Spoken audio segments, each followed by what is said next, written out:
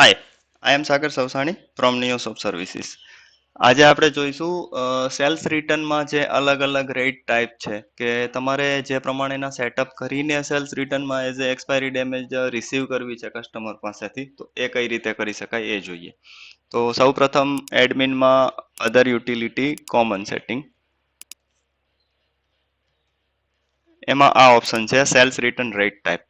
આ બધી કેલ્ક્યુલેશન આજે આપણે સમજીએ. તો સૌપ્રથમ અત્યારે અહીંયા સેલ્સ રેટ છે એટલે આપણે અત્યારે કોઈ સેલ્સ રિટર્ન બનાવશું તો એ તમારો જે સેલ્સ રેટ હશે એ રેટથી જ બનતું હશે. જોઈએ આપણે પાર્ટી સિલેક્ટ કરી, એન્ટર,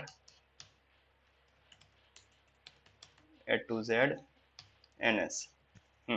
અહીંયા તમે જોઈ શકો છો 95.60 રૂપીઝનો રેટ છે. Enter.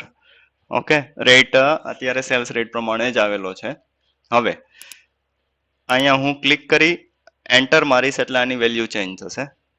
Apply to all financial year, મતલબ તમારા બધા ફાઇનાન્શિયલ યરમાં અપ્લાય કરવું છે. અત્યારે હું નો કરી દઈશ. સેકન્ડ આવ્યું છે MRP -22%. ઓકે, હવે આ જ અત્યારે હું તમને જે સેમ્પલ બનાવવા માટે સેલ્સ રિટર્ન બનાવું છું એમાં જ હું પાછી ફરીથી સેમ પ્રોડક્ટ એન્ટર કરું એટલે તમને એક્ઝેક્ટ સમજાઈ જાય.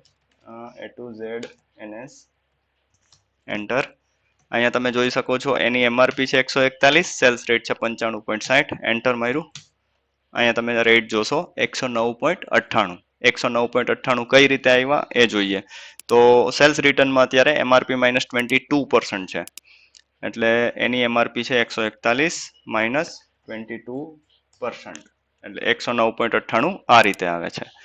હવે આને પાછું ફરીથી ચેન્જ કરીએ, એન્ટર કર્યું, નો કર્યું, MRP -30%, સેમ આ જ રીતે જે રીતે કરેલું છે. ફરીથી એ જ પ્રોડક્ટની એન્ટ્રી કરીએ, A to Z NS tab, enter.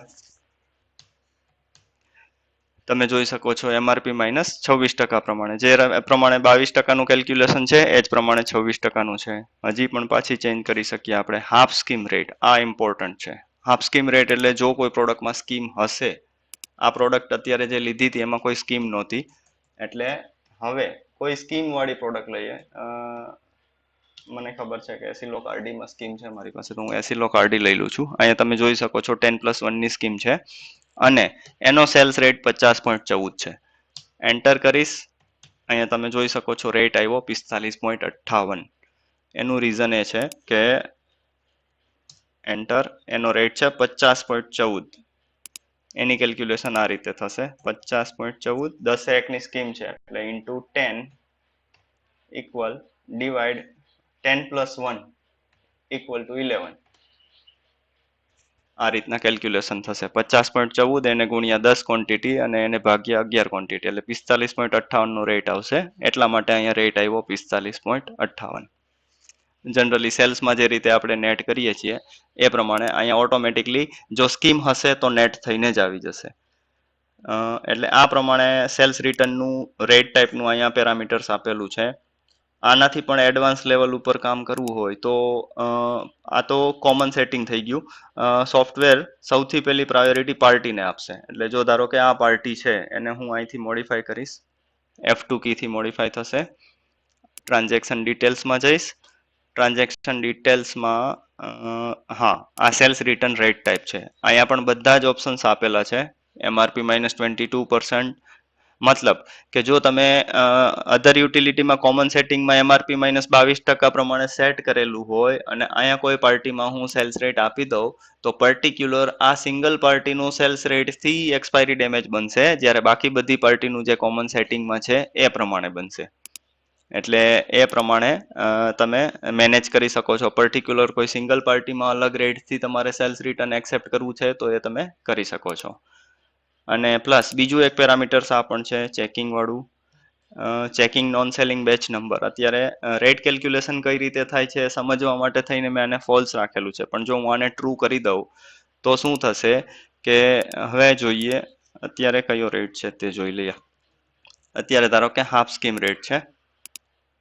આને આપણે વધારે ક્લેરિટી માટે સેલ્સ રેટ ઉપર લઈ જઈએ પાછું ફરીથી. હા, સેલ્સ રેટ થઈ ગયું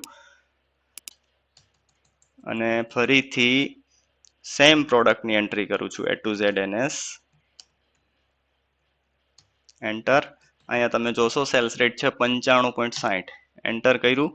નોન સેલિંગ બેચ નંબર આગળના એક વિડીયોમાં બતાવેલું હતું કે સોફ્ટવેર ડિટેક્ટ કરી લેશે કે આ પ્રોડક્ટ જે પાર્ટી સિલેક્ટ કરેલી છે એ પાર્ટીમાં આ MRP 141 વાળી બેચ નથી, સેમ MRP વાળો માલ ગયો હશે તો પણ અહીંયા ઓટોમેટિક નોન સેલિંગ નહીં આવે, પણ આ MRP વાળો ગુડ્સ જ આપણી પાસેથી સેલ નથી કરેલું એટલે અહીંયા આવી જશે. અને હવે જુઓ રેટ શું આવે છે 95.60, અહીંયા હું ઓકે કરીશ, ઓટોમેટિક 86.04 થઈ ગયા. જ્યારે અહીંયા સેમ પેરામીટર સાથે જ્યારે checking non selling batch number false હતું તો 95.60 આવતા હતા, અહીંયા 86.04 આવ્યા. એમાં કેલ્ક્યુલેશન એ રીતે થઈ કે તમે અત્યારે સેલ્સ રેટ થી લો છો એટલે 95.6, પણ આ પ્રોડક્ટ આપણી પાસેથી લીધી નથી એટલે એક્સપાયરી ટકા જે આગળના વિડીયોમાં બતાવેલું છે, એકવાર એ વિડીયો જોઈ લેવો એટલે ખબર પડી જશે કે કઈ રીતના સેટ થઈ શકે.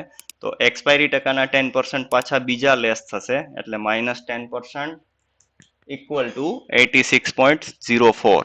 તો આ કેલ્ક્યુલેશન પ્રમાણે આ રીતે રેટ સેટ થશે. તો સેલ્સ રિટર્નમાં આ વેરિયસ મેથડ છે અલગ અલગ રેટથી બનાવવાની, જે પ્રમાણે તમારે સેટ કરવું હોય. એક તો અહીંયા કોમનમાં પણ સેટ કરી દેશો તો બધી પાર્ટીમાં સેમ અપ્લાય થઈ જશે. પછી કોઈ પાર્ટી વાઇઝ અલગ કરવું હોય તો આપણે પાર્ટી વાઇઝ પણ સેટ કરી શકીએ છીએ. ઓકે, આજના વિડીયોમાં બસ આટલું જ. Thank you very much for watching this video.